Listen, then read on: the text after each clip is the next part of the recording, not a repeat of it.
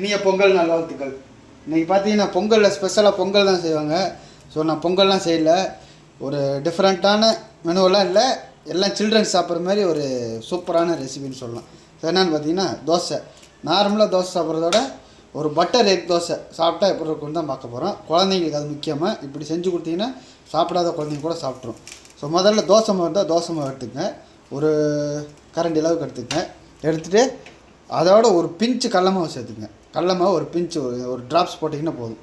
So போட்டு நல்லா mix பண்ணிடுங்க. மிக்ஸ் பண்ணிவிட்டு ஒரு 1/4 டேபிள் ஸ்பூன் பட்ரு, எண்ணெய் ஒரு பிஞ்ச் அளவுக்கு ஒரு 1/4 டேபிள் ஸ்பூன் இருந்தாலே போதும். ஒரு 2 ட்ராப்ஸ் ஒரு முட்டை. ஸோ அவ்வளோதான். தண்ணி இருந்துச்சுன்னா கொஞ்சம் முதல்ல தண்ணியை தெளிச்சிருங்க. இப்படி வேண்டில்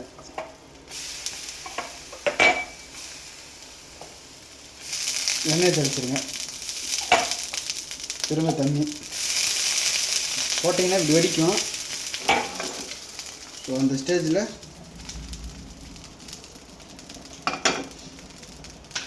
நம்ம வந்து மாவு ஊற்றிடுவோம்.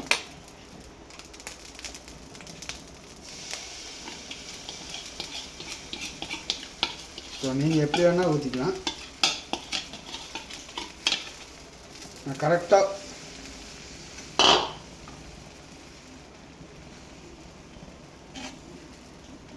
நீங்கள் தோசைக்கல் இருந்துச்சுன்னா தோசைக்கல்லே பயன்படுத்திக்கலாம்.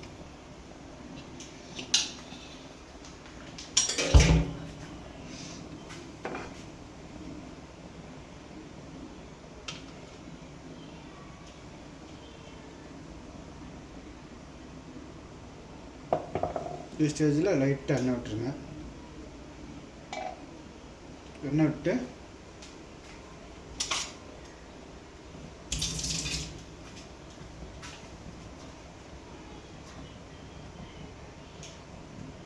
பட்ரு இந்த மாதிரி எடுத்து தடவை விடுங்க. ஸோ உங்களுக்கு எவ்வளோ வேணுமோ ஒட்டுற அவ்வளோ தடவை வேணாம், சும்மா 2 ட்ராப்ஸ் அந்த டேஸ்ட்டுக்காக தான். ஏன்னா குழந்தைங்க டக்குன்னு சாப்பிட்ருங்க. ஸோ இப்போ இந்த ஸ்டேஜில் முட்டை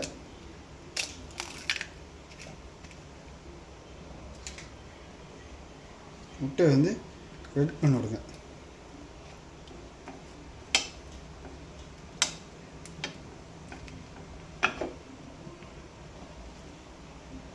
பாருங்கள், ஒரே முட்டை தான். சரி, ஸ்ப்ரெட் பண்ணிட்டீங்கன்னா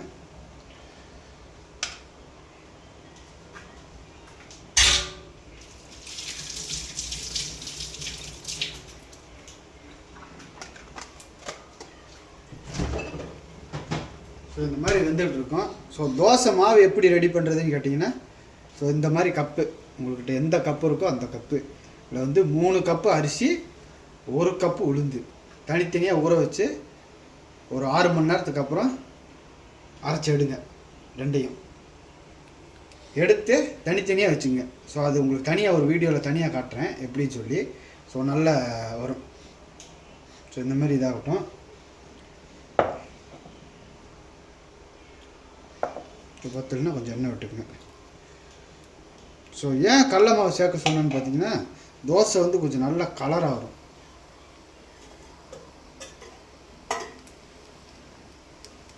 ஸோ இந்த கலரை நீங்கள் பார்க்கணுன்னா இந்த மாதிரி கலராக வரும்.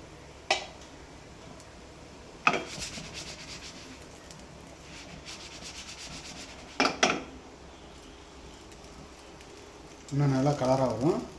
ஸோ இதுதான் மெத்தடு. மறக்காமல் ட்ரை பண்ணி பாருங்கள். ஸோ நீங்கள் திருப்பி போடணுன்ற அவசியம் கிடையாது, இப்படியே ஸ்லோ குக்கில் பண்ணிவிட்டு நீங்கள் எடுத்துடலாம். ஸோ மறக்காமல் ட்ரை பண்ணி பாருங்கள், எப்படி இருக்குன்னு சொல்லுங்கள். ஸோ பாருங்கள், தோசை வந்து ரெடி ஆகிடுச்சு. ஸோ இப்படி தான் இருக்கும் தோசை. ஸோ ஒரு நல்ல ரெசிபிங்க, பார்த்திங்கன்னா நல்லாயிருக்கும். ஸோ மறக்காமல் ட்ரை பண்ணி பாருங்கள். மீண்டும் ஒரு புதிய வீடியோவோட சந்திப்போம்.